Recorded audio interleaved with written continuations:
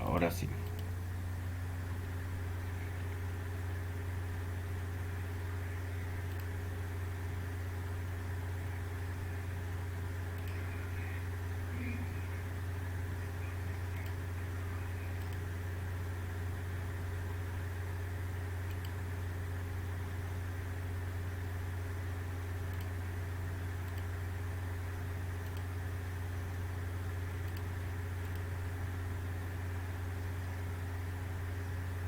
Ya. Bien.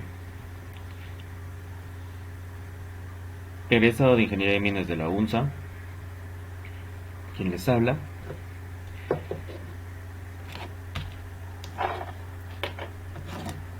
En distintos proyectos, ahora como consultor en minería e industria en una empresa. También acá como docente e instructor del instituto. Le vamos a hablar de los planes de contingencias con sustancias químicas peligrosas, gestión contra desastres y emergencias. Bien, vamos a ver ejemplos y soluciones. Y también qué es lo que nos indica. Imagino, ustedes ya deben contar con la guía GRE 2020, ¿cierto? La guía GRE 2020 ya hace bastante tiempo que está haciéndose circular de manera gratuita. Ha sido aprobada hace no mucho. eh, ya la han traducido de manera oficial y han empezado a mandar a los grupos a través de los grupos de seguridad, entre otros, se han estado enviando. Voy a colocar en la plataforma también la guía GRE y la presentación de esta semana. Bien. Ahora, con respecto al avance, me gustaría que estén atentos porque al final de la clase vamos a evaluar. Clase avanzada, clase evaluada. Cada semana se les va a tomar una evaluación. Bien, por lo tanto, vamos a empezar. El primer tema, un material peligroso, porque sabemos, ¿no?, que los planes de contingencia principalmente están desarrollándose en una parte para ver los temas de evacuación, emergencias y contingencias que pudiera existir en la empresa. Y lo relevante de este módulo va a ser que vamos a hablar de MATPEL. Los materiales peligrosos son el producto que tecnológicamente hablando se ha desarrollado a fin de poder utilizarlo químicamente hablando en diferentes procesos. Ha incrementado a su vez lo que son los incendios, derrames, fugas, explosiones o pérdidas de material al ambiente, ocasionando así daños a la salud, propiedad, medio ambiente, también a la integridad del trabajador. Las sustancias en sí son comunes. Cada día en ciudades y pueblos de todo el mundo se utilizan, fabrican, procesan, almacenan o eliminan miles de sustancias peligrosas. La sociedad en muchas cosas también las utiliza para mejorar ya sea el estilo de vida. Por ejemplo, un material peligroso es el hipoclorito de sodio, que ha sido muy mencionado últimamente, bastante mencionado, y a raíz de los diferentes componentes, ¿no? Si no me equivoco, incluso en algunos incidentes en empresas mezclaban el hipoclorito de sodio con el amonio, si no me equivoco, y generaban un químico bastante fuerte, lo cual generaba un daño a la salud de los trabajadores. Es importante entender que si es que cualquier área cualquier área que sea o que esté a nuestro cargo y que maneje a raíz de la pandemia, estamos desinfectando y estamos haciendo limpieza en diferentes sectores, en diferentes áreas, utilizando diferentes químicos. Es importante que al personal se le capacite sobre materiales peligrosos. No importa si solamente sea una introducción, pero se le capacite en materiales peligrosos. He ahí que solucionaríamos muchas cosas. Bien, cada vez más frecuencia se pueden ver empresas que cuentan con equipos de primera respuesta, capaces para aplicar las medidas mitigadoras para poder solucionar una ocurrencia o una emergencia con sustancias peligrosas. Pueden existir humanos y materiales especializados para el control, sin embargo, es importante y relevante para todos los involucrados. y a todos ellos se les debe especializar. Muchos se caracterizan por tener MATPEL 1, MATPEL 2, MATPEL 3, lo que le conocen así, ¿cierto? O le llaman HAZMAT o también le llaman HAZOP o HAZWOP, si no me equivoco. Ahora, todos los involucrados directa o indirectamente en actividades que involucren este riesgo deben tener los conocimientos mínimos necesarios. Según la DOT, ¿qué es DOT? Department of Transport de Estados Unidos, el Departamento de Transporte, indica que toda sustancia, el MATPEL es toda sustancia o material en cualquier forma o cantidad que implique un riesgo poco razonable para la salud, seguridad y la propiedad. Pero también habla de las diferencias, cuáles son la división. Y la propiedad cuando se le transporta como parte de la actividad comercial. Materiales peligrosos según la Agencia de Protección Ambiental, la EPA, todo producto químico que si se escapara al medio ambiente podría ser potencialmente nocivo para la salud. La OSHA, Occupational Health Safety and Health Administration, habla de que los MATPEL son productos químicos que podrían poner en riesgo a los trabajadores si estos se vieran expuestos a las sustancias en su entorno. Los respondedores de materiales peligrosos hablan cualquier sustancia que al salir de su contenedor causa daños o lesiones a las cosas que toca, ya sea materiales, seres vivos. Algunos conceptos, nosotros sabemos que HAZMAT en inglés, que significa Hazardous Material, y en español MATPEL, materiales peligrosos. Un material peligroso es cualquier elemento o producto compuesto, inflamable, corrosivo, detonante, tóxico, radiactivo, oxidante, reactivo o un agente altamente inestable y que durante su manejo, procesamiento, almacenamiento, transporte, entre otros, pueda crear riesgos y causar daño a la salud, también como al bienestar físico o mental, a los equipos, también a las instalaciones o al medio ambiente. La respuesta a emergencias con materiales peligrosos no admite competidores, solo compañeros. Todos trabajamos en el mismo equipo. Es ahí que nosotros debemos organizarnos y trabajar en conjunto, como un solo equipo, para la respuesta frente a un derrame de materiales peligrosos. Un MATPEL lo encontramos en industrias, laboratorios, construcción, minas, hospitales, viviendas, supermercados y centros comerciales. Como ácidos, combustibles, venenosos, reactivos, bases, aceites, solventes, acetileno, oxígeno, combustibles, como explosivos, reactivos, desinfectantes, insecticidas, entre otros. Muchas veces, en incidentes con MATPEL, con materiales peligrosos, las reacciones tomadas durante los primeros 5 minutos determinan el progreso de las próximas 5 horas, o días, o meses. La primera respuesta es la principal, que va a marcar el objetivo a cumplir.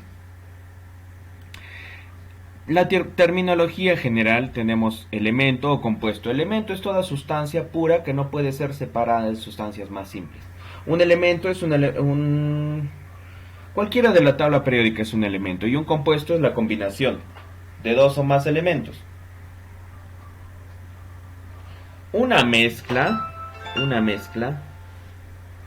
puede ser una sustancia en la cual se combinan dos o más compuestos o se combinan dos o más elementos y que puede tener diferentes fases o puede ser homogéneo. Ahí existen los nombres mezcla heterogénea y mezcla homogénea. Y cuando hablamos de 2 fases, 3 fases, eso va a depender del compuesto. Una solución es una mezcla en la cual todos los elementos están completamente disueltos, en el cual aquel reactivo que se ha disuelto se le llama soluto, y y el que se ha encargado de disolver se llama solvente. Existen lodos residuales, que son mezclas ricas en sólido y poco líquido, o pueden ser desechos sólidos o semisólidos, generados por las plantas de tratamiento de agua industrial, en algunos casos. Tenemos sales, que son un compuesto de la reacción entre un ácido y una base, generalmente, o también entre un metal y un no metal.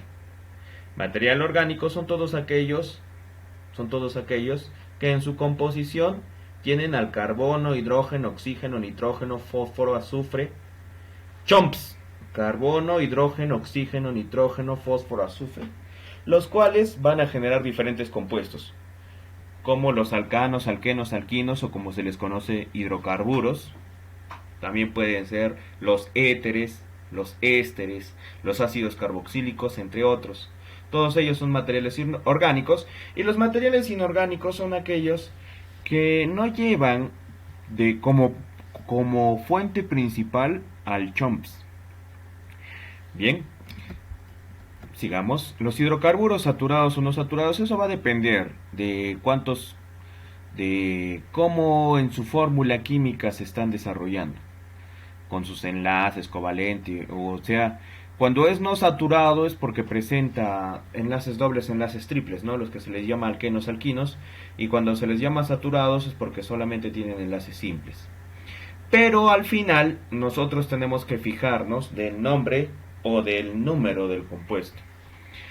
Tenemos líquidos criogénicos, son aquellos que, teniendo en cuenta un gas con un punto de fusión igual o menor a 150 Fahrenheit, los derrames de los líquidos criogénicos se vaporizan rápidamente. ¿Eso qué significa? Que decir criogénico se refiere porque necesitamos mantenerlo en una temperatura bastante baja, porque cuando entra en contacto con el medio ambiente se vaporiza rápidamente. Y ni siquiera necesita mucha temperatura, solamente es expuesto a la temperatura ambiente. Y estos pueden tener un gran radio de expansión, como el nitrógeno, como el neón. La gravedad específica, en algunos casos se les llama peso específico, dependiendo de qué estemos hablando. Puede ser el peso que tiene o la masa que tiene, considerando como comparativo al agua. Por ejemplo, el mercurio tiene mayor gravedad específica que el agua. ¿Por qué? Porque en menor volumen tiene mayor masa. El mercurio, tienes al plomo, tenemos al manganeso, entre otros, que tienen un alto peso específico o gravedad específica.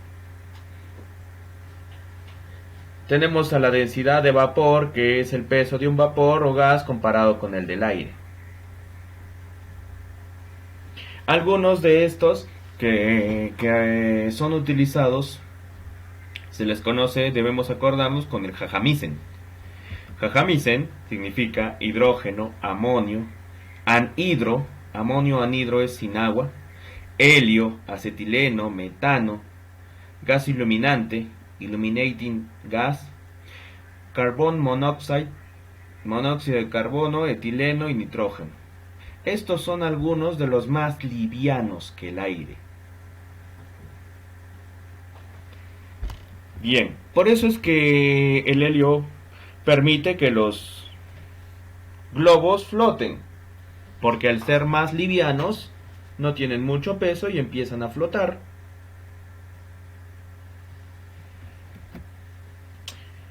Algunas propiedades del fuego.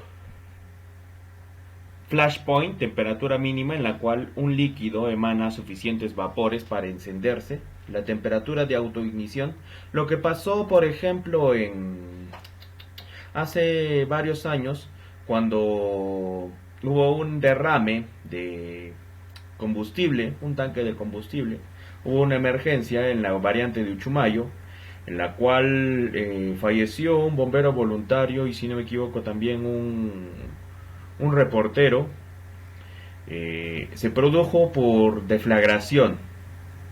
Hubo ahí una reacción que, como estaba existiendo un derrame de un combustible lamentablemente terminó en una tragedia.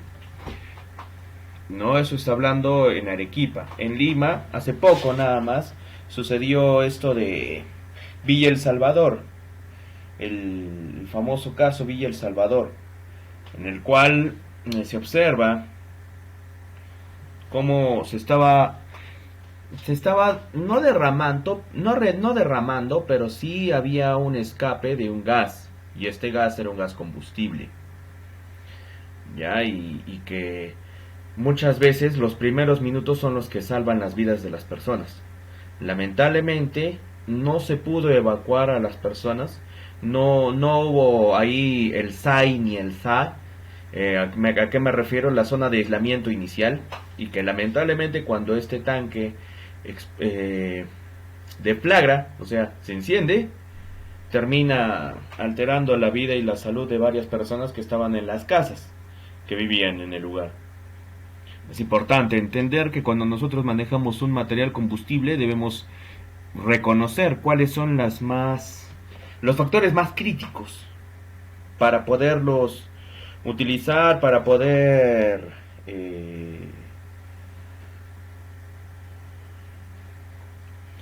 realizar una maniobra de respuesta o actuar en un determinado tiempo.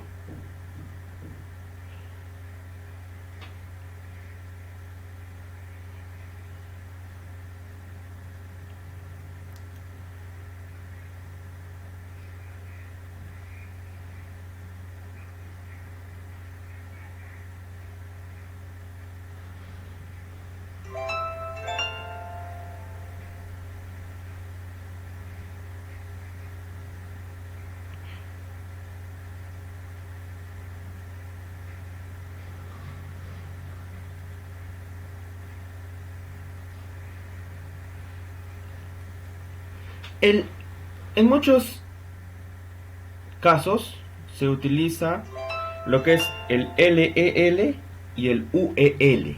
¿Y qué significa o qué representa? El LEL es el límite inferior de inflamabilidad y es la concentración mínima de gas o líquido combustible, ¿ya? Y que por debajo de él, por debajo de este límite, no se va a encender, no se va a incendiar un combustible. Y el límite superior es la concentración en la cual, por saturación de combustible, demasiado combustible y poco oxígeno, no se va a producir tampoco, no se incendia. Pero ¿qué pasa? Que entre el límite inferior y entre el límite superior, ese umbral tiene una mezcla rica en la cual sí se puede encender algo.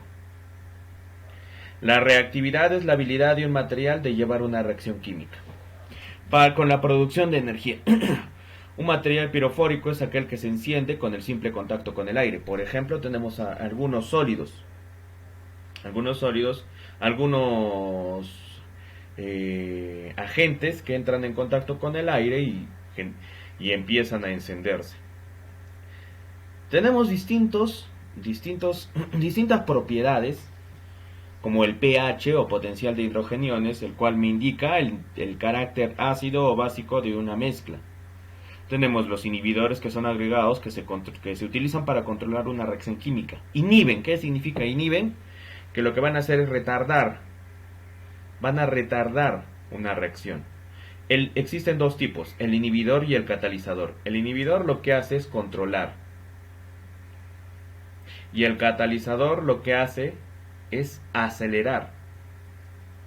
La polimerización es una reacción en la cual existe, por ejemplo, un componente químico como el etileno, como el propileno, como el cloruro de vinilo, los cuales se agregan formando una enorme cantidad de ellos.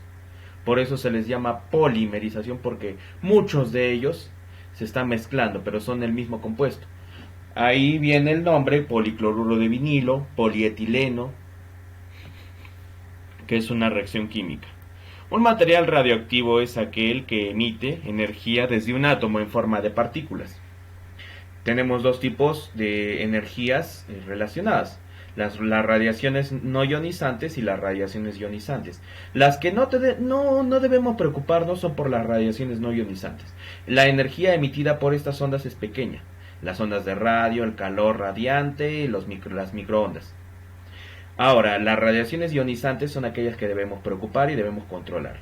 Tiene suficiente energía para crear partículas cargadas o iones sobre el material que los rodea. Para nuestro caso, están aquellas, ya, por ejemplo, que podrían causar daño a los seres vivos. La radiación de las partículas alfa, que puede generar una alteración en las personas. Las alfa, beta, gamma, va a depender de cuáles sean sus características y cuál sea el grado de contacto que tengamos. Por eso se requieren equipos especiales cuando se trabaja en los rayos X. En esta área, en un hospital, también cuando se manipulan, ¿no? O se trabajan con este tipo de radiaciones ionizantes en una empresa. Lo que son los neutrones, los positrones, todas aquellas partículas que pudieran generar una alteración. Por eso se conocen como radioactivos, porque son inestables y que provocan una alteración. Los materiales biológicos, los microorganismos, por ejemplo los virus, ¿no? Estamos viviendo uno. El Coronaviridae es su familia, o si no me equivoco es su especie, su grupo. El Coronaviridae es el coronavirus, el grupo de los coronavirus. Que el que está actualmente tenemos el SARS-CoV-2, que es la especie. Son organismos compuestos por proteínas y ácidos nucleicos, sean ácidos desoxirribonucleicos o ácidos, sean DNA o RNA, que requieren invadir células para replicarse. Por ejemplo, la influenza, las fiebres, encefalitis, hepatitis, entre otros. Existen también microorganismos y algunas toxinas, moléculas complejas, las cuales van a generar alteración en la salud de los trabajadores. Tenemos algunos casos como los estafilococos, entre otros. Todos los agentes biológicos se refieren principalmente a los virus, las bacterias, los microorganismos, los protozoos, que pueden generar un daño. Ahora, tenemos algunos desastres biológicos. Los desastres naturales o accidentes tecnológicos generalmente desencadenan casos de enfermedades infecciosas. El desastre mismo puede ser originado por fallas en el sistema de control, por fallas en las condiciones sanitarias, también estos generan brotes, por ejemplo el cólera o disentería en El Salvador. Los casos de enfermedades gastrointestinales por coliformes en Venezuela. Las muertes en Kiev al liberarse 5 kilos de esporas de Bacillus anthracis, que son bacilos. Los bacilos, tenemos diferentes tipos de bacterias que generan enfermedades en el ser humano, y que si no controlamos esas variables al final pueden desencadenar algo. Ahí tenemos que gracias a Wuhan y gracias a su cultura de alimentarse de roedores y de murciélagos es que estamos viviendo esta pandemia. No necesariamente son los animales los que tienen la responsabilidad, es las personas las cuales en condiciones no higiénicas utilizaban estas especies. Tenemos también, ¿no?, diferentes tipos de desastres naturales. Ahora tendríamos que agregar, ¿no?, cuando pasen ya muchos años de esta pandemia, en el año 2020 diremos que hubo un gran desastre natural, o un gran desastre biológico, o un gran desastre tecnológico, o como sea que se pueda llamar. ¿Cómo le denominamos? Pandemia, porque fue a nivel internacional. Por terrorismo también tenemos, ¿no?, lo que se generó en la Unión Soviética o las famosas esporas de anthrax en Estados Unidos en el 2001. También los ataques con el mismo agente en Japón. En estos lugares donde la biología o lo que es la biotecnología está muy desarrollada, y tanto así que realizan pruebas con los diferentes virus, bacterias, microorganismos, los cuales a su vez no solamente pueden permitir curar una enfermedad, también pueden producir una.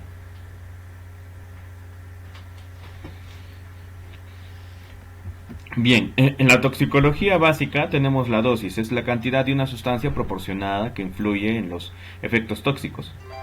Pueden ser en miligramos o en kilogramos, y en volumen puede ser en partes por millón, o también en miligramos por metro cúbico. Una dosis aguda es una cantidad de sustancia la cual es capaz de causar una reacción inmediata, pero su control puede ser en menos de 24 horas o puede ser en un tiempo determinado. Es algo agudo.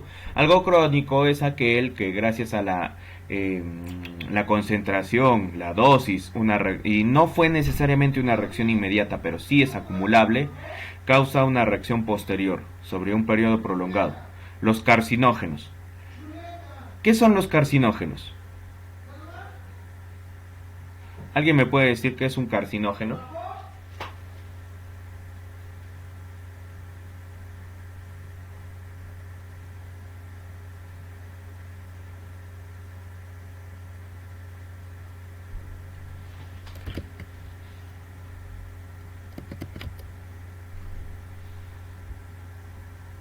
¿No saben qué es un carcinógeno?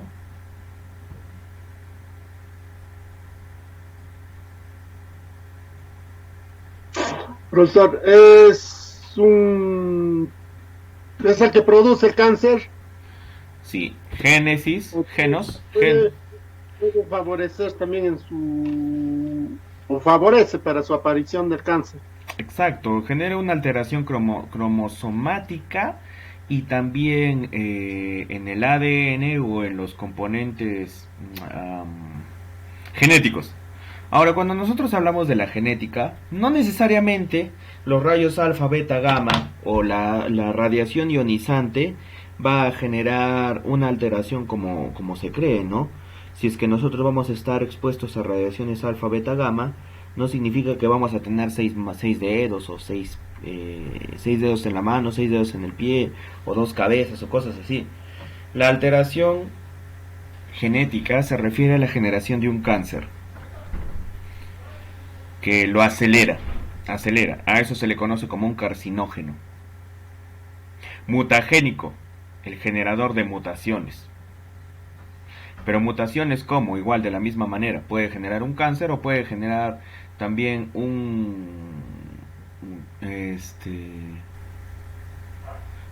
se me fue.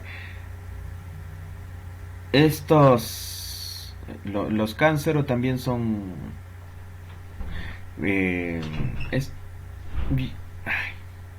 en la medicina tenemos dos tipos: los cánceres, y algunos son benignos y otros son malignos, pero aparte de ello,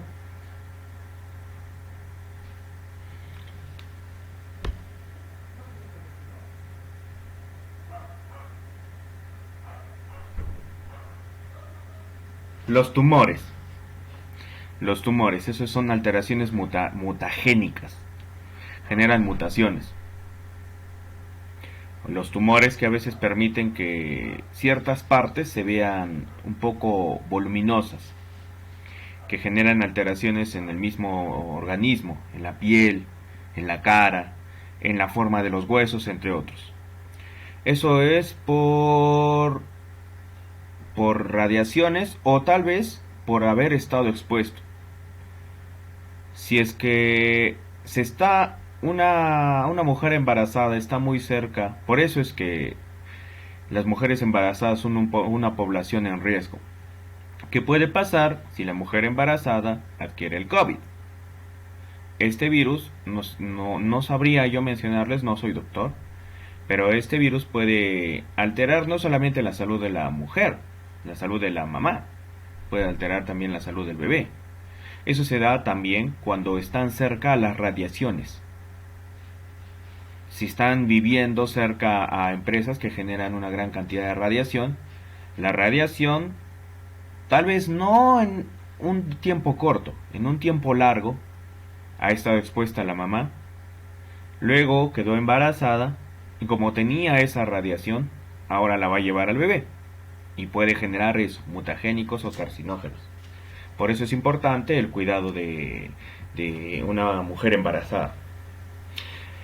Tenemos algunas concentraciones letales o algunas dosis letales. Es la dosis de tóxico que administrado por vía digestiva o dérmica puede causar la muerte del 50% del universo de individuos estudiados, y una concentración letal es la dosis letal.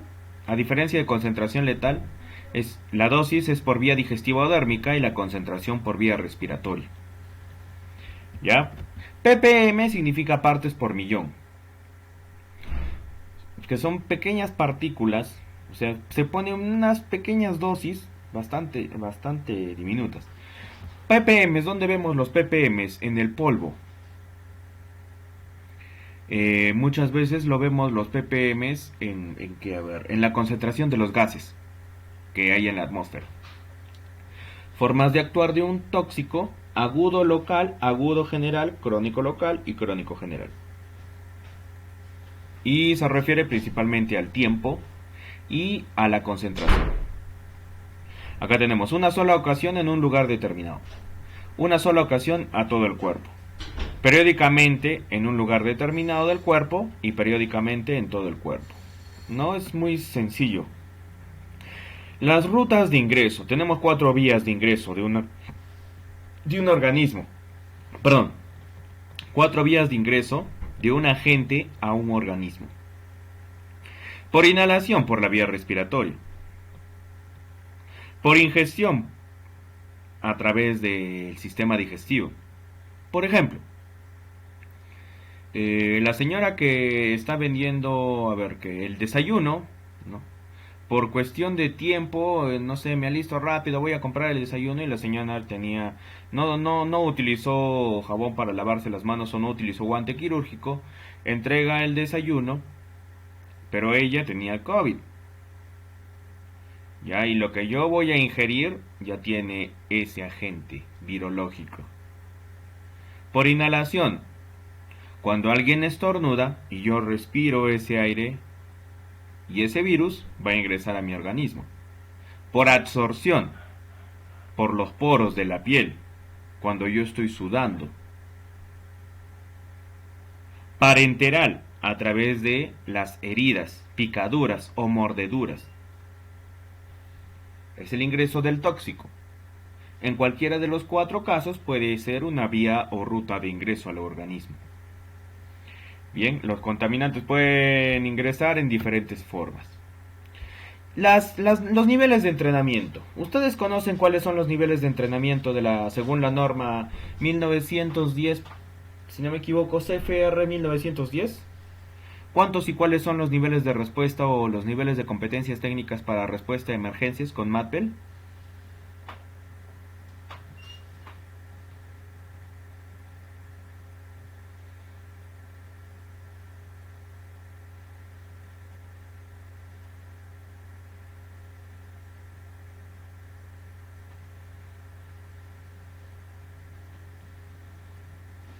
¿Alguno de ustedes conoce?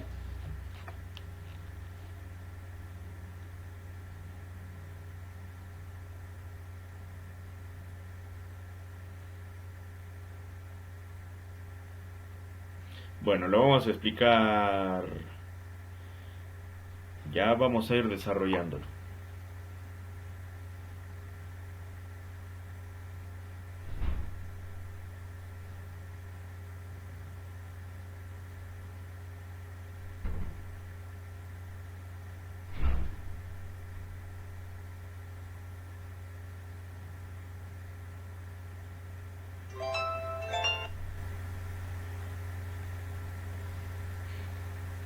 Las normas. Primero tenemos que hablar de las normas.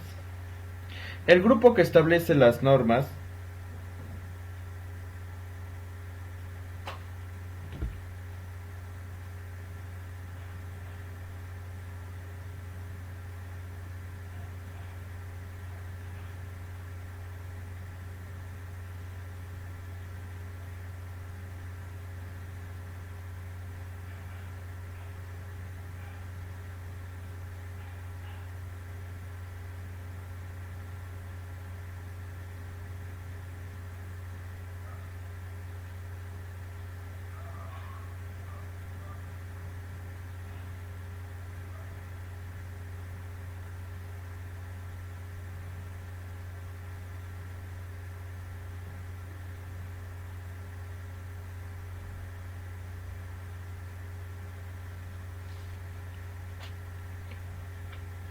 que se aplican. Ahora, ¿por qué la NFPA es la encargada? Muchos creen que solamente se dedica a lo que es prevención o protección contra incendios. Si nosotros sabemos su traducción, es Asociación Nacional de Prevención o Protección contra Incendios. ¿Ya? En inglés es National Fire Protection Association, o sea, es una asociación nacional de protección contra incendios en Estados Unidos. Sin embargo, esta organización no solamente está interesada en lo que es protección contra incendios. Tenemos, por ejemplo, la NFPA 600 y la NFPA 1081, que habla de la formación de brigadas industriales, tanto para protección contra incendios industriales como para las brigadas, los brigadistas, qué entrenamiento se necesita. Esta entidad organiza una variedad de comisiones que desarrollan una norma propuesta, que luego se hace pública para que se pueda analizar y se pueda opinar y también se pueda implementar. Ahora, cuando es aprobada, luego debe ser gestionada, debe ser implementada. Existen tres normas principales, la NFPA 471, 472, 473 en el tema de materiales peligrosos. La 471 es la práctica recomendada para responder a incidentes con materiales peligrosos. Brinda métodos y procedimientos operativos. La 472 establece la competencia de los respondedores en incidentes. Incluye un listado de los objetivos que deben completarse para alcanzar los distintos niveles de entrenamiento de NFPA y OSHA. Y la NFPA 473 sobre competencias del personal de emergencias médicas que responde a un incidente. Será necesario que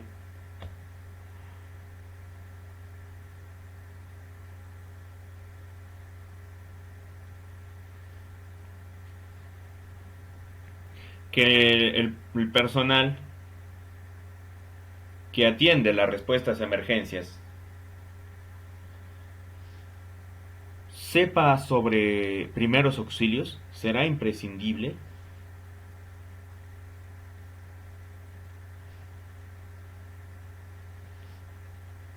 ¿Qué creen ustedes? ¿Nuestro personal MATPEL debe también estar entrenado?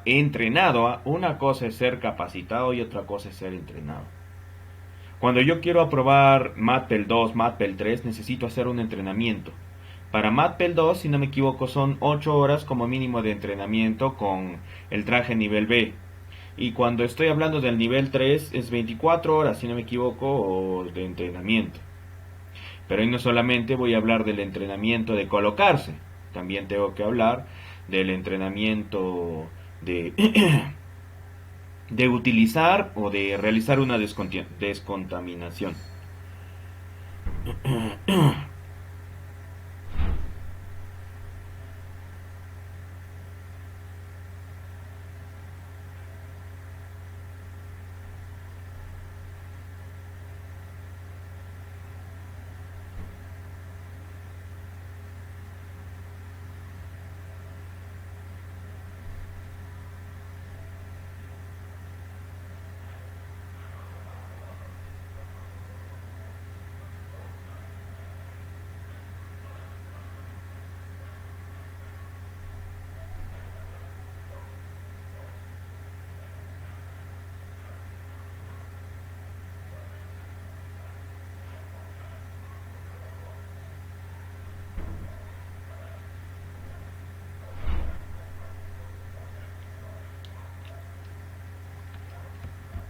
A ver, hoy día están muy calladitos. ¿Qué ha pasado?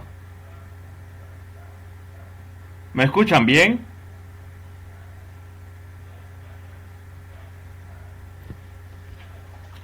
Sí, profe, normal que se lo escucha.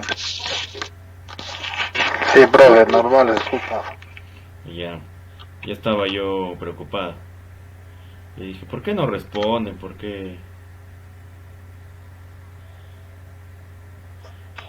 Estamos atentos Profe, a lo algunas que... preguntas lo estamos respondiendo por el chat. Ah, ya, pero no veo nada, a ver. A ver, Raúl. Claro, MSDS. Tenemos que estar capacitados en la hoja de datos de seguridad.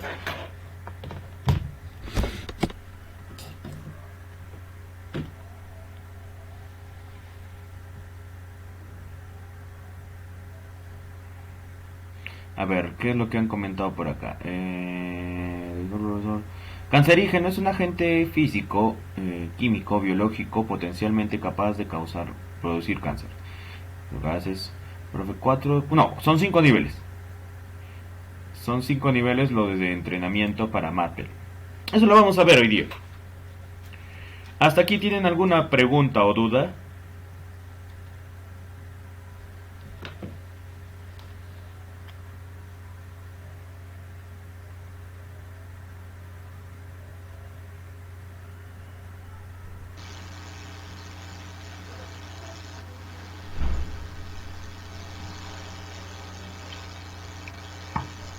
Profesor, Dígame.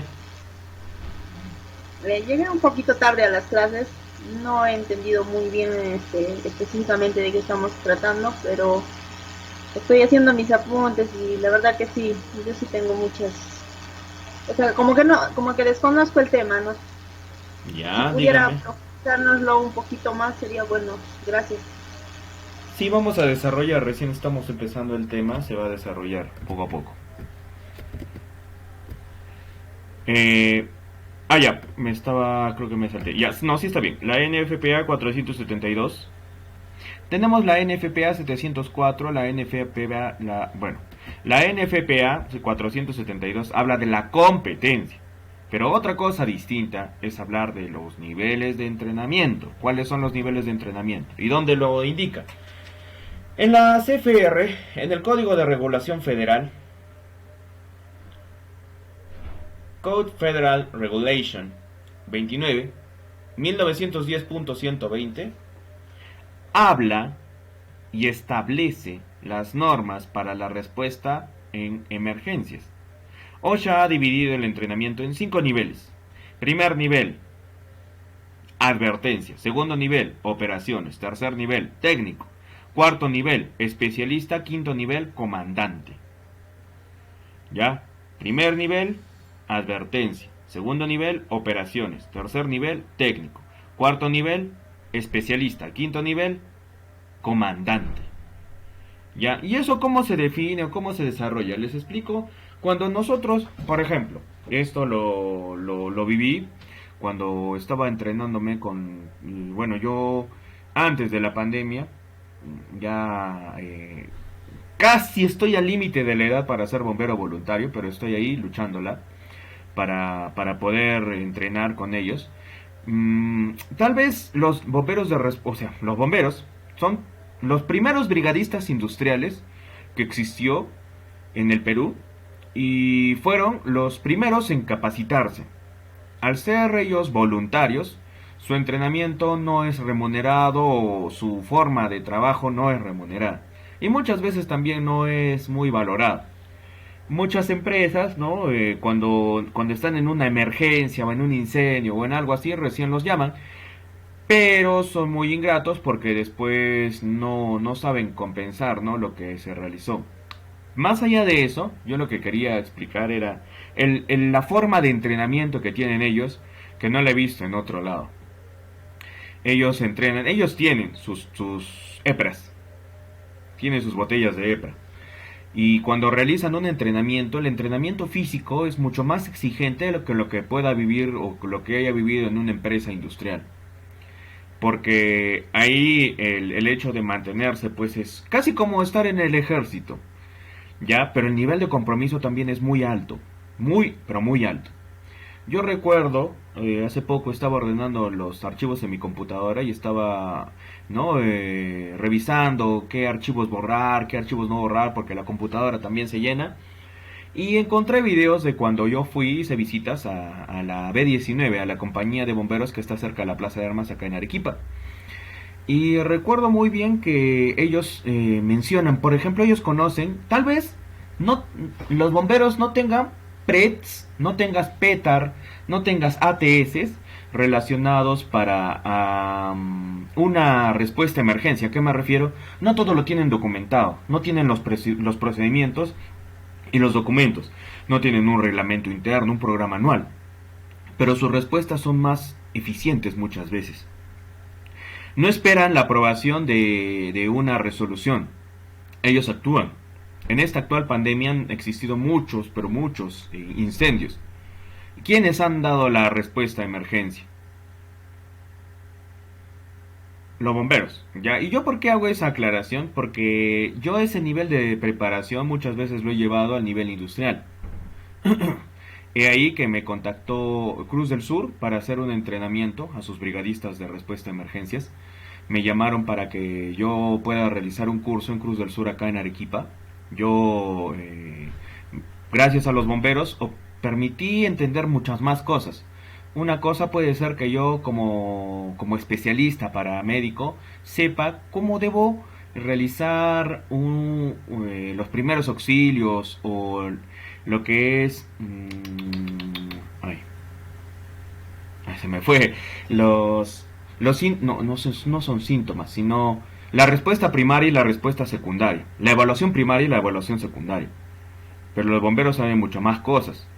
Cómo atender, por ejemplo, a un paciente producto de un accidente vehicular. Cómo debo rescatarlo. ¿Qué debo hacer? Cómo debo realizar un ingreso a una atmósfera peligrosa. Esperar a las indicaciones del SCI, el sistema de comando de incidentes. Ellos son un poco más técnicos, o sea, son más a la respuesta que se necesita. No son tanto al documento. Sin embargo, en seguridad nosotros tenemos que realizar los documentos, pero esos documentos no simplemente deben ser papeles, deben ser operativos. Yo les decía, creo que es lo que no les gustó a Cruz del Sur. Yo les comentaba a la señorita, a la encargada la jefa de seguridad de Cruz del Sur, que era necesario realizar un entrenamiento. Si íbamos a hacer una capacitación, era necesario hacer un entrenamiento. Que entre ellos realicen el ascenso o descenso de los pacientes, entre ellos sean rescatistas, entre ellos atiendan un incendio, no simplemente usen un extintor, sino se simule un incendio en una zona descampada, se realice la maniobra de rescate, búsqueda y rescate, pero para eso se necesita pues un cierto entrenamiento.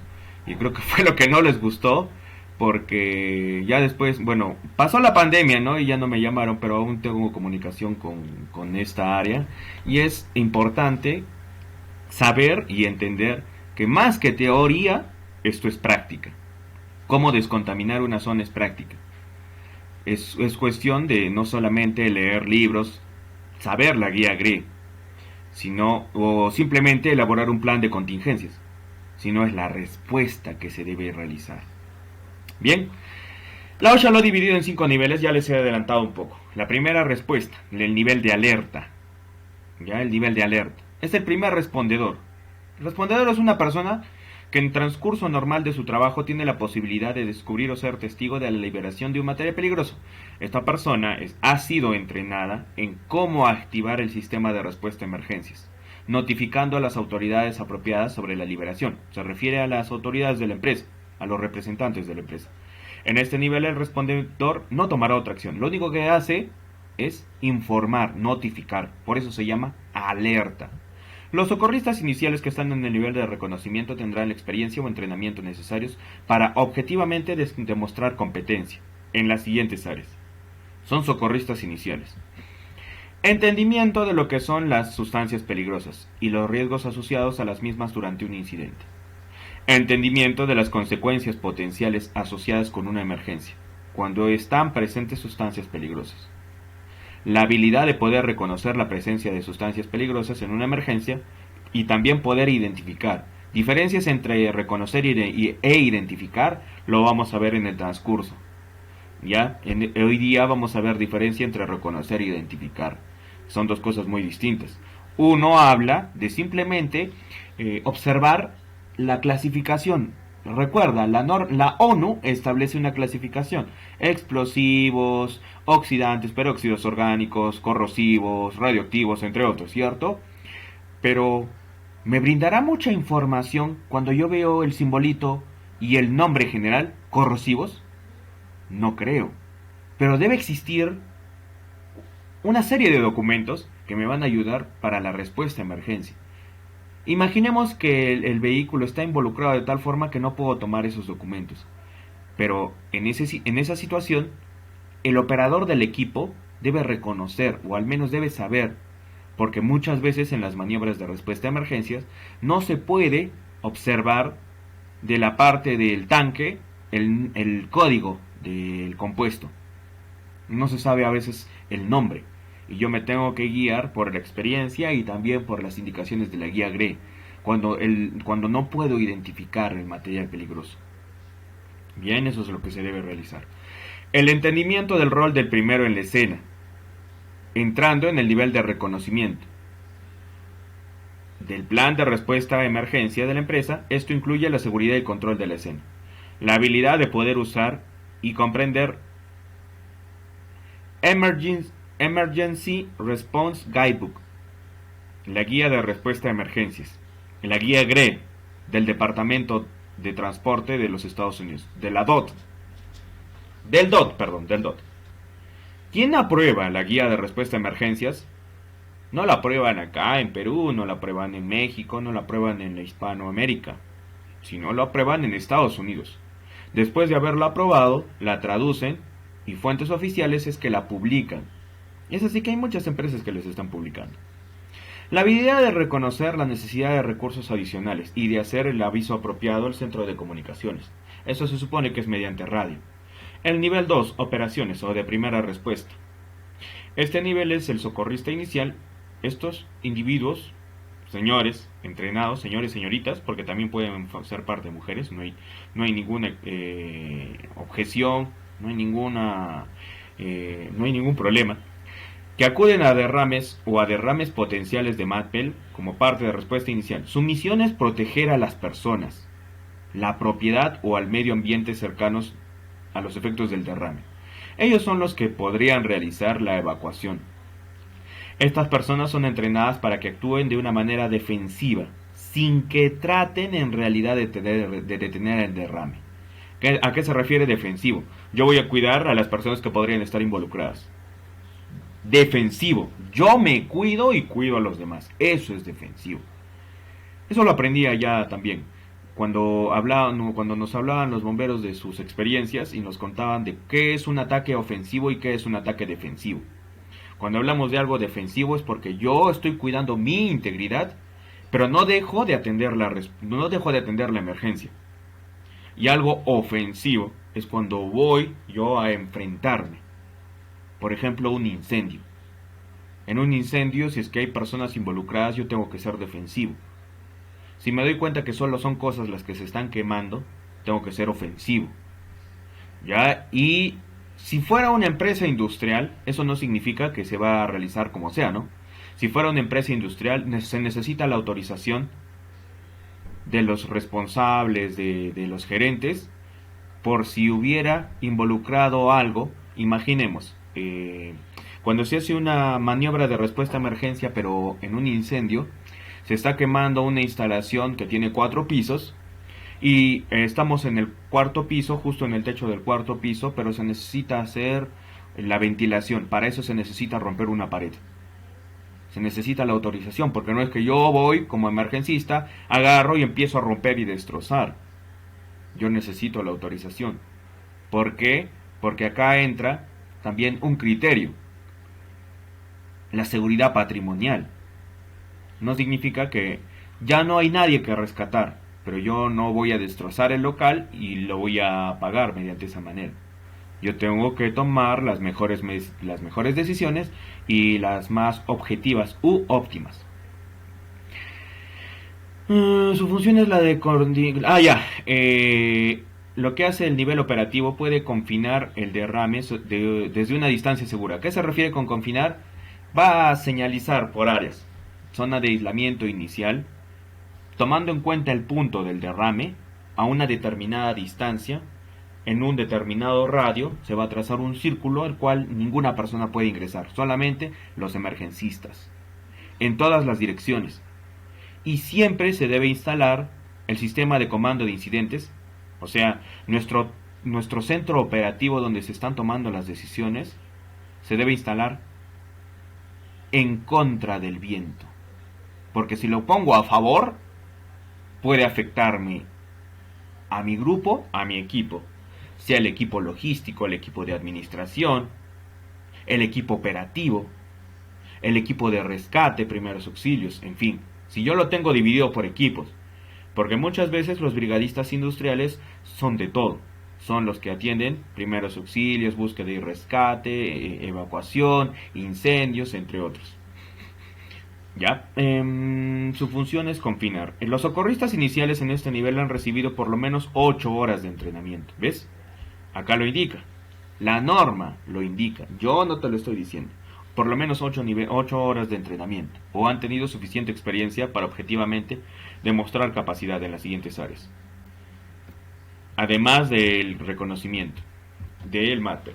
Conocimiento de las técnicas básicas de medición del riesgo, saber cómo seleccionar y usar el equipo apropiado de protección personal suministrado al socorrista, un entendimiento de los términos básicos relacionados con materiales peligrosos, saber cómo realizar operaciones básicas de control, contención, confinamiento dentro de las capacidades de los recursos y equipos, implementar procedimientos básicos de descomposición de los químicos, y también saber sobre los procedimientos normados de operación y de término de emergencia. Tenemos el nivel 3, el nivel técnico. Son los individuos que acuden a derrames o posibles derrames. Asumen un rol más agresivo que la persona entrenada en el nivel operativo. Son más agresivos.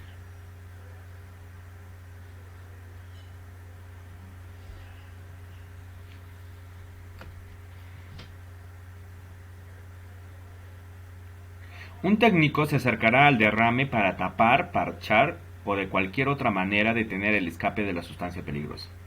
Los técnicos en MATPEL deberían recibir por lo menos 24 horas de entrenamiento. Ya, y esto debe ser equivalente al entrenamiento que ha llevado el socorrista de operaciones, el nivel 2. El técnico tendrá capacidad en las siguientes áreas. Conocimiento acerca de cómo implementar el plan. Conocimiento de su clasificación, identificación y verificación de materiales, ya conocidos mediante el uso de instrumentos y equipos de medición del terreno. Capacidad para funcionar dentro del sistema de comando de incidentes, SCI. ¿Qué significa SCI? Sistema de comando de incidentes. Saber seleccionar y usar equipo especializado apropiado para protección personal. Los niveles del traje de protección, A, B, C, D. Contra químicos suministrados a los técnicos en materiales peligrosos. El especialista. Uy, me salté, creo. Sí, me he saltado acá. Sí. El especialista. Ahora, esto es un tema un poco más operativo. El especialista es aquel que tampoco va a pasar una semana, pero sí debe tener mayor entrenamiento, pero mayor operatividad.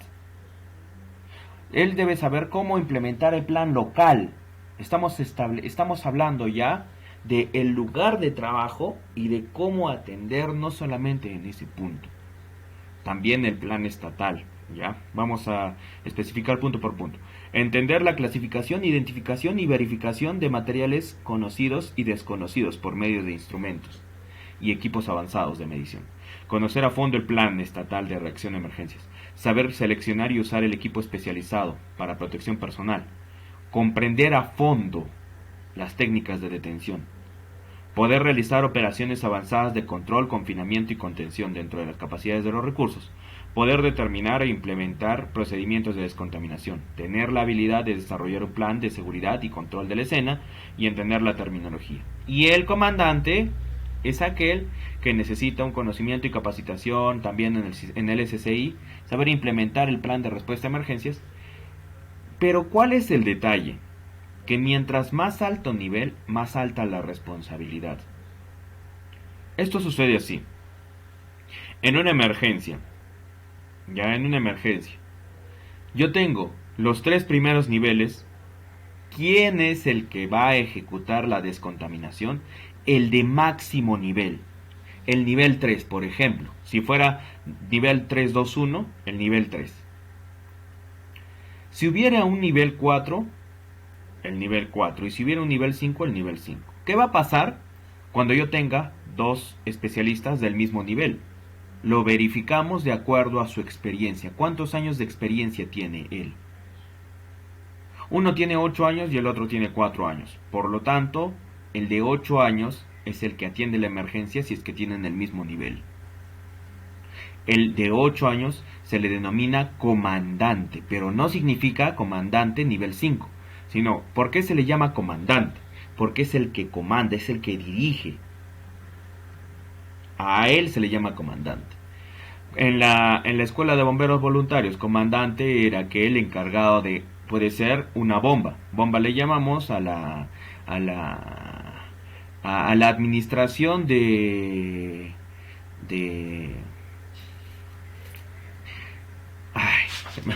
local, de los insumos, de los recursos y de todo.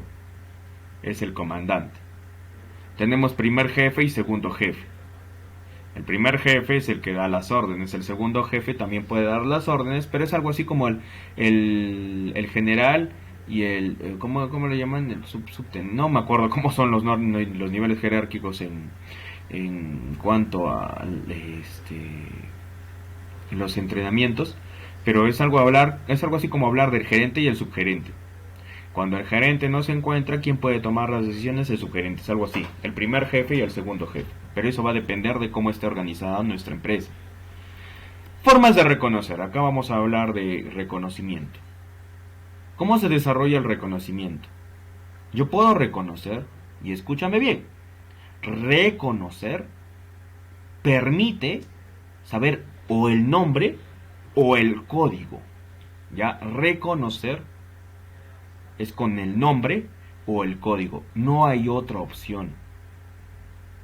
Si solamente tengo el rombo con la clasificación general, no puedo reconocer. ¿Ya? El nombre, ácido sulfúrico, el código UN1830. El código, perdón. El nombre, metanol, el código UN1230. Como te habrás dado cuenta, ¿por qué se les pone un código UN? Este código lo entrega la ONU, la Organización de las Naciones Unidas. ¿Para qué? Para identificar este material peligroso. Y el nombre, para buscarlo en las guías. Eso lo vamos a ver, ¿ya? Formas de reconocer. La clasificación del peligro. El número de clase del peligro de la sustancia se encuentra en la esquina, en el vórtice inferior. Acá tenemos el número 3, ¿no? En la placa, que son 9. 9 son para saber solamente, pero esto es para identificar. Diferencia, reconocer nombre o número. Para identificar solamente la clasificación, o sea, la clasificación general, ¿ya? Por lo tanto, la diferencia entre reconocer e identificar, ¿cuál es? Que con el reconocimiento yo puedo buscarlo en la guía GRE, ya sea por su nombre o por su código. Pero si solo tengo el número de identificación, el grupo de identificación, no, ya lo está mencionando, solamente me va a permitir identificar el tipo de material. No va a ir específicamente al material que yo quiero o que yo necesito. ¿Sí? ¿Hasta ahí me están entendiendo?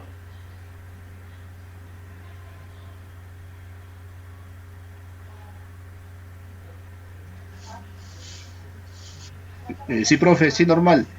¿Le puedo hacer una consulta, profe? Adelante, adelante.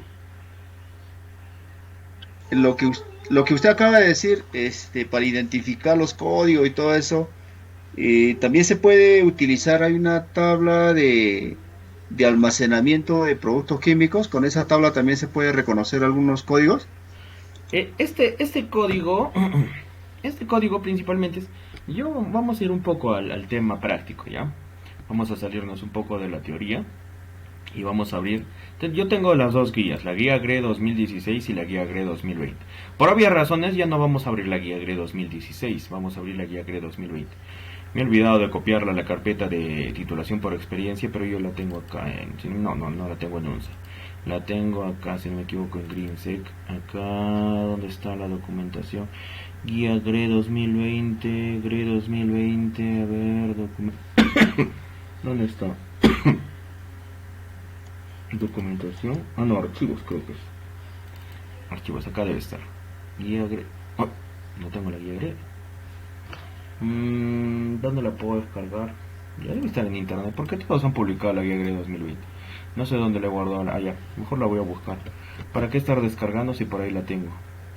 La guía GRE 2020 es la que tenemos que utilizar a partir de cuando ya ha sido aprobada, de cuando ya la han publicado, ya de manera expresa, ya en muchos, yo he visto en muchos grupos de WhatsApp, en grupos de Facebook, ya la están publicando.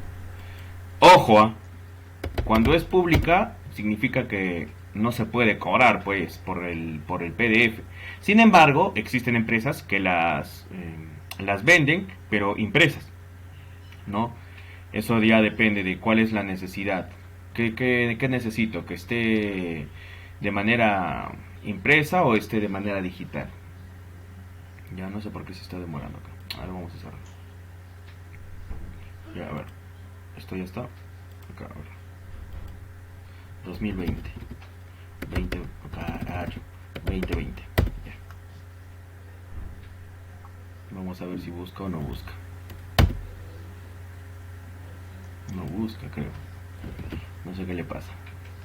Me voy a demorar un momentito, permítame, para no estar descargando de nuevo esta guía GRE que ya la tengo acá. Y ahí está. La guía GRE 2020.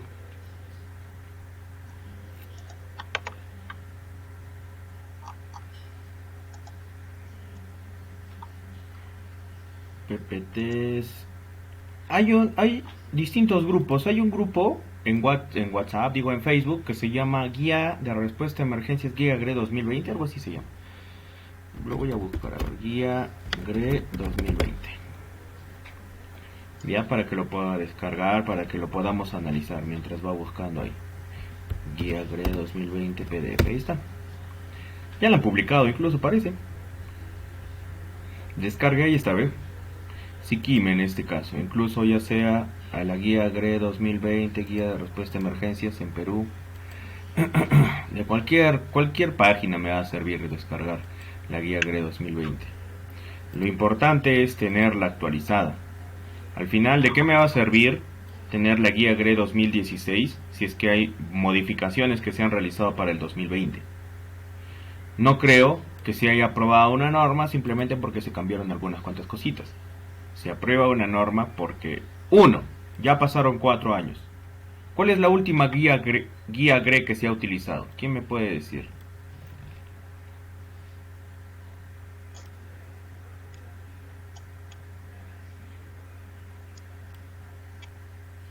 ¿Ya? Por si acaso, lo que estoy mencionando no es para salirme del tema.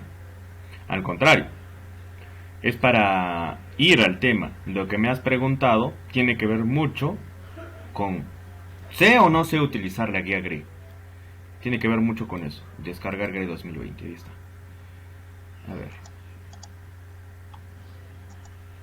Ya, más fácil, yo la voy a subir al grupo porque hasta esto, pucha, ya se demoró mucho. Yo la voy a subir al grupo, no al grupo, digo a la plataforma. La vamos a subir a la plataforma para que la puedan descargar de ahí. Y ahí está, miren, yo no me he demorado mucho, ya la busqué, ya la encontré. Ya la estoy descargando. Ahí está la guía GRE 2020.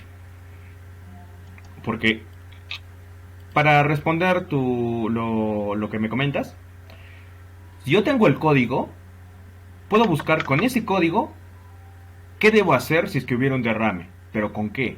Con la guía GRE. Si no tengo la guía GRE, puedo utilizar el manual de bolsillo de la NIOSH. Pero eso va a depender si tengo el manual de bolsillo o no tengo el manual de bolsillo. Ahora, en cuanto a la guía GRE 2020, incluso hay aplicaciones de la guía GRE 2020. Y eso permite que haya una mayor familiaridad, una mayor interacción con la norma. ¿Ya? A ver, acá lo vamos a poner en seguridad minera industrial, acá la vamos a guardar, la guía GRE 2020. Y la vamos a abrir para que la podamos analizar con ustedes. ¿A qué me refiero? ¿Ya? Cuando tú tienes el código y el nombre te sirven para dos cosas. Uno, para definir tu plan de respuesta a emergencia. Y dos, lo que mencionas es principalmente con el almacenamiento. Yo necesito entender que si voy a trabajar con materiales peligrosos, no puedo colocar cerca, o sea, en un lugar de almacenamiento, dos incompatibles. Yo no puedo colocar cerca dos compuestos que son incompatibles. ¿Y a qué me refiero cuando estoy hablando de incompatibles? Si son incompatibles, uno, no se pueden mezclar. Pero ¿qué pasaría si se pueden mezclar? Pueden generar una reacción. Por lo tanto, no los puedo tener cerca a esos dos químicos. ¿Ya? Ahora vamos a analizarlo con la guía GRE. Ya el código que me mencionas, ¿dónde está ahora? Seguridad minera industrial. Ahí está, la guía GRE.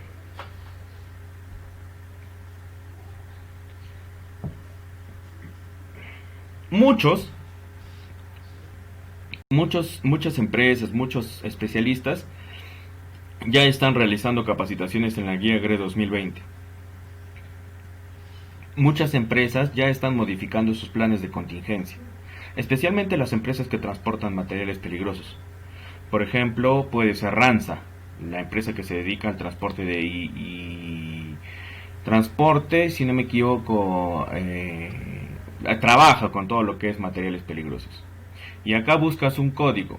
Por ejemplo, busquemos el código, no sé, a ver, el código 1016.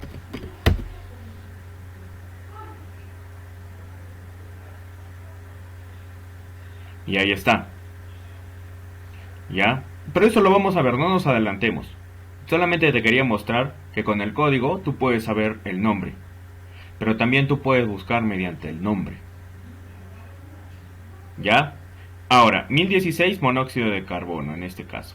O 1016 también puede ser monóxido de carbono comprimido. ¿Ya? Vamos a explicar eso de los colores verdes. Lo que estás observando es de la guía GRE. La guía GRE es una guía que tiene colores. ¿Ya? Se les llama páginas, colores de las páginas. Pero no nos adelantemos. Espero que con lo que voy a seguir explicando te pueda quedar claro cómo hacer, cómo realizar. Ojo, que el día de hoy todavía no vamos a ver almacenamiento, eso viene la próxima semana. El día de hoy es algo más introductorio. Ya todavía no vamos a ver el tema de almacenamiento. Vamos a ver cómo reconocer, cuáles son los tipos y todo el tema.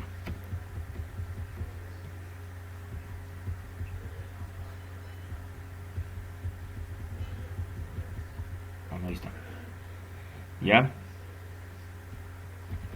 A ver, son 9, ¿ya? Estos sí los tienen que saber. ¿Ya? Son 9. Explosivos, gases, líquidos, sólidos, oxidantes y peróxidos orgánicos, venenosos, radioactivos, corrosivos y materiales misceláneos. Explosivos. Poco a poco los vamos a ir desarrollando.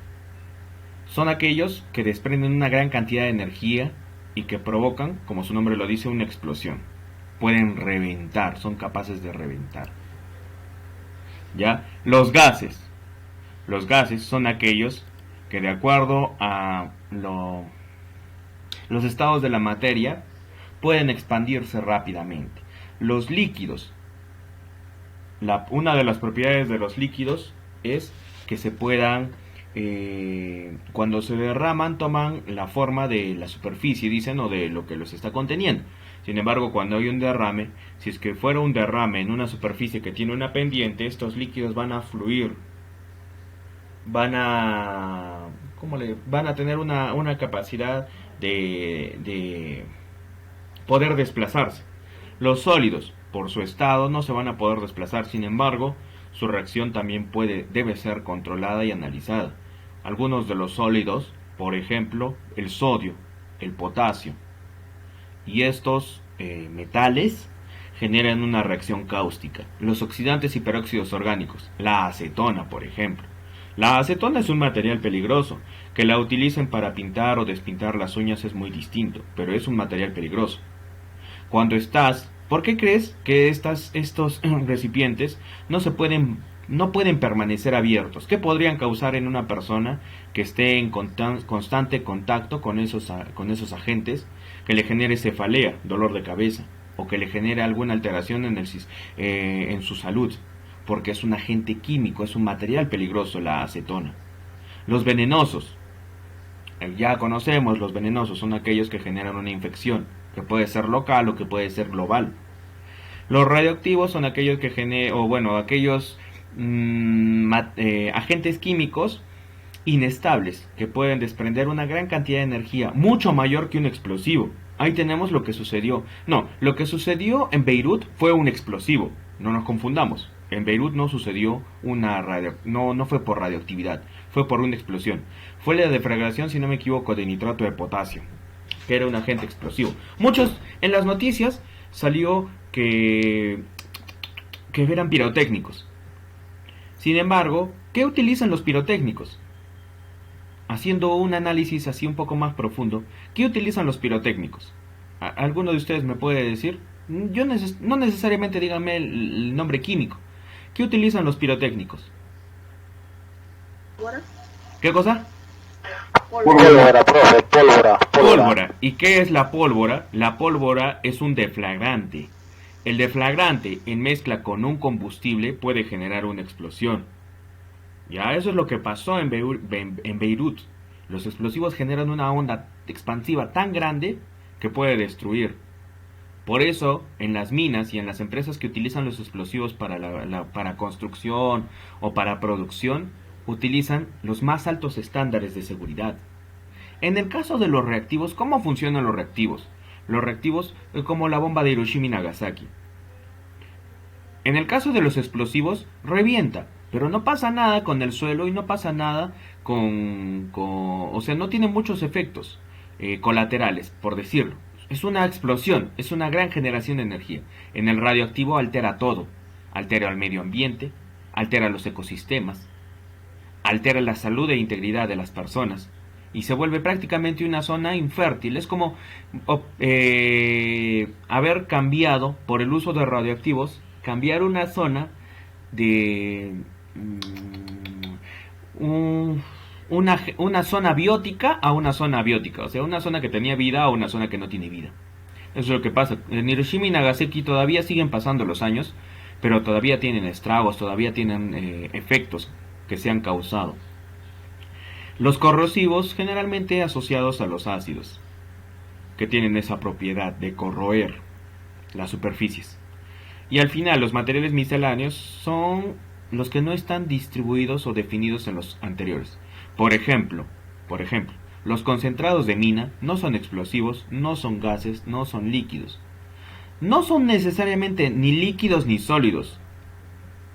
¿Ya? Porque para que se defina como líquido sólido, según la ONU, deben ser combustibles. ¿Ya? Y los concentrados de mina no son combustibles. No son ninguno. No son ni oxidantes, ni venenosos, ni radioactivos, ni corrosivos. Por lo tanto, ¿qué son? Misceláneos. El grupo de los misceláneos no está definido en los 8 anteriores. ¿Eso qué significa? Que si yo encuentro algún agente químico que no está definido entre estos 8, es un misceláneo. Ya, más o menos así es la clasificación.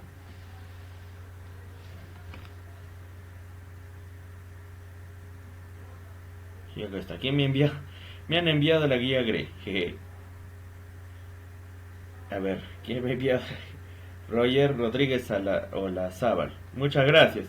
Ahora la tengo también en mi celular. Pero yo recuerdo, a mí me pasaron en un grupo Soma, en el cual estoy en WhatsApp, nos enviaron una aplicación. No recuerdo cuál era la aplicación.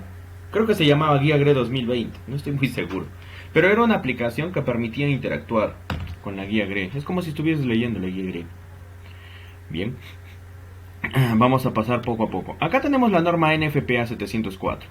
La norma NFPA 704, ¿ya? Se denomina diamante NFPA. No debería llamarse rombo, diamante NFPA. ¿Ya? No te olvides, acá ya estamos diciendo algunos nombres específicos. ¿Ya? Por ejemplo, ¿cuál es la norma que establece los niveles de entrenamiento? Según la OSHA, CFR 1910.120. Si quieres, anótalo. Si quieres, anótalo. ¿Ya? Norma OSHA CFR 1910.120. Siguiente. ¿Cuál es la norma que nos habla del diamante NFPA? Este no es diamante, ¿eh? Esto no es diamante, este simplemente es la clasificación que tiene el tipo de material peligroso. Eso lo vamos a ver más adelante. El diamante es la división en 4 colores: amarillo, rojo, azul y blanco. Amarillo para el nivel de reactividad, rojo para el nivel de inflamabilidad, azul para el nivel de impacto o de riesgo contra la salud, y el blanco para un peligro específico o riesgo específico. Por ejemplo, acá la imagen está mencionando algunos. Si fuera oxidante, si fuera un ácido. Alcali se refiere a una base, un hidróxido, por ejemplo. Si fuera un corrosivo, un W con una línea, así como se está observando en la imagen, una W con una línea. ¿Qué significa? En inglés, W, agua, water. Ya, water, agua. ¿Y por qué está tarjado? Porque no debería tener ese químico contacto con el agua. Hay químicos que no pueden tener contacto con el agua. ¿Tú sabes algún químico que no pueda tener contacto con el agua?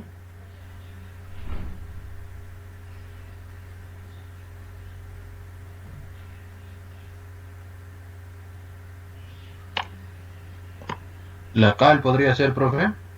Uno puede ser la cal, porque la cal, cuando el óxido de calcio, cuando se mezcla con el agua, forma el hidróxido cálcico o no recuerdo si tiene un nombre general, pero el hidróxido de calcio es un químico bastante fuerte. ¿Sí? ¿Válido? ¿Alguien más? El sodio, hijo. El sodio. Ahora, hay un video muy corto. Ya hay un video muy corto. Ese video está en YouTube. Está en inglés, ya, pero con la traducción se puede entender el nivel que tiene un químico. Muchos desconocen, ¿no? O sea, por eso es que en este módulo se va a llevar el curso química. Porque la química tiene que ver mucho, o sea, con las reacciones químicas haces muchas cosas, con los óxidos, peróxidos, con todo eso, tiene que ver mucho. Los químicos tal vez están muy pegados al laboratorio, pero ellos saben también los pros y contras. Y ellos saben que necesitan equipos de protección personal. Tal vez los químicos no le llaman así, ¿no? Le llaman implemento de seguridad. Los guantes, las gafas y todo eso, le llaman implementos. Ellos tal vez no conocen una norma ANSI Z16.1, que es con respecto a un EPP, pero los químicos saben de su ciencia. Esta guía GRE es una guía de respuesta a emergencias, pero de materiales peligrosos. Y generalmente los materiales peligrosos, en su mayoría, son químicos. En su mayoría. Ahí tienes, por ejemplo, el ácido sulfúrico, el ácido sulfídrico, el ácido cianhídrico. Tienes el NaSH, entre otros. Son distintos agentes, cuya composición principalmente es química. Este símbolo sí me imagino lo conoce. El símbolo, que es algo así como un circulito que está dividido en 6 sectores. 3 sectores pintados de rojo y 3 sectores pintados de blanco. El símbolo de radiación que encontramos puede ser en un hospital, que encontramos en ciertas zonas de la empresa. ¿Y eso qué significa riesgo de radiación? Que yo tendría que ingresar con un EPP especial que vaya a bloquear aquellos rayos o aquellas partículas que se pudieran emitir en esa zona. Ya, por eso son específicos, pues no son generales. Ya, no todos son oxidantes, no todos son ácidos y así sucesivamente. Bien, acá las formas, esto establece, esto está descrito en la norma NFPA 704. Los niveles van del 0 al 4. El nivel 0 significa que no tiene, es inocuo, no causa daño. Y el nivel 4 es el más alto nivel. Y te da alguna descripción: peligro a la salud, exposición al fuego no ofrecen peligro y así sucesivamente. Peligro a la salud, causa irritación, exposición intensa puede provocar una incapacidad temporal, daños temporales o daños permanentes, riesgo a la salud. Por ejemplo, uno de ellos es el acrilonitrilo. Ya, uno de los materiales que no causa tanto daño a la salud es la acetona. Aún así causa un daño a la salud, ¿eh? La anilina, si no me equivoco, esto utilizan, no recuerdo dónde y cómo lo utilizan, pero sí es conocida la anilina, la utilizan. Es un químico, si no me equivoco, la anilina, ¿qué es? Es un éster, creo, no estoy muy seguro. Pero es un nombre común, porque se supone que tiene un nombre químico, lógicamente. El acrilonitrilo es un nombre químico, pero podría tener un nombre común. Al ácido sulfúrico, comercialmente utilizamos un ácido sulfúrico, pero no le llamamos ácido sulfúrico, le llamamos ácido muriático. Pero si tú observas en la descripción química que tiene esa botella de ácido muriático, vas a encontrar que existe ácido sulfúrico. Y el ácido sulfúrico es un ácido bastante fuerte. Por eso es la importancia de saber utilizarlos, de saber reconocerlos. En el rango de inflamabilidad, principalmente acá. Uy, salud. Acá hablamos de temperaturas de 0 a 37, de 37 a 127, si no me equivoco, en los peligros de inflamabilidad. Ya, acá lo ponemos. ¿Cuáles son los rangos de inflamabilidad de acuerdo a la NFPA 704? Y ahí te va a indicar de manera específica cuáles son los puntos de fusión máximo o lo que debe tener para ingresar a ese rango. No, ¿cómo es? Rango de inflamabilidad NFPA 704 rojo. Y ahí está. Te dice, tienen un punto de inflamabilidad menor por debajo de 23 grados y así. A ver. Porque esa especificación es la que se debe considerar. Ya dependiendo de ese rombo, ahí está. Ahí lo tienes. Esta imagen, a ver, ¿se puede copiar o no se puede copiar? Lo vamos a agrandar. Ya acá no puede estar más claro. Esto es más objetivo todavía que lo que yo tengo. El código NFPA, el color rojo. El rango de inflamabilidad. 0 no arde. 1 arde a más de 93 grados centígrados. 2, ¿y eso? Y tú dirás, pero ingeniero, ¿no está mal? ¿Por qué va a estar mal? ¿No debería ser que el rango de inflamabilidad debería ser a mayor alto grado de temperatura? No. ¿Qué significa? Que si tiene muy bajo punto de fusión o punto de ebullición, punto en el cual va a arder, muy bajo es su punto, puede reaccionar con el propio medio. Ni bien entra en contacto con el medio, puede arder. Por lo tanto, lo hace más peligroso. En cambio, el agua que hierve a 100 grados centígrados no es tan peligrosa. ¿Me entiendes la comparación? Hay algunos químicos que mientras menor es, por ejemplo, su punto de fusión es 10 grados centígrados. Es muy peligroso porque ingresaría en contacto con el medio. ¿Ya? Y en el medio ambiente sabemos que la temperatura promedio no es 5 o 10 grados centígrados, porque eso sería helado. Significa que ese agente puede arder casi en cualquier lugar a nivel nacional. Peor aún en la selva, en lugares donde hace mucha temperatura. ¿Ya? ¿Qué significa este rango de inflamabilidad, por lo tanto? Que necesita cuando es menor su daño, porque necesita mucha temperatura. Cuando es mayor su daño, porque necesita menor temperatura. ¿Sí me entiendes o no me entiendes?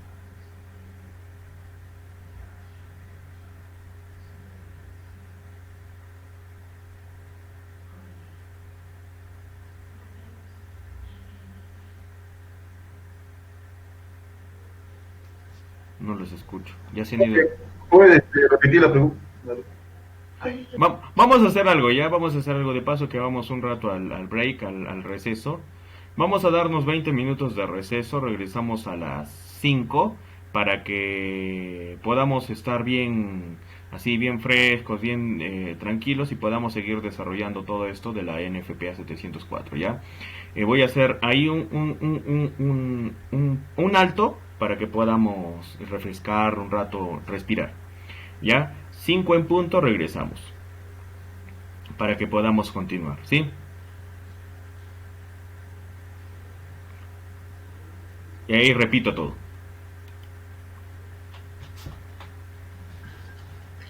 Está bien, bro.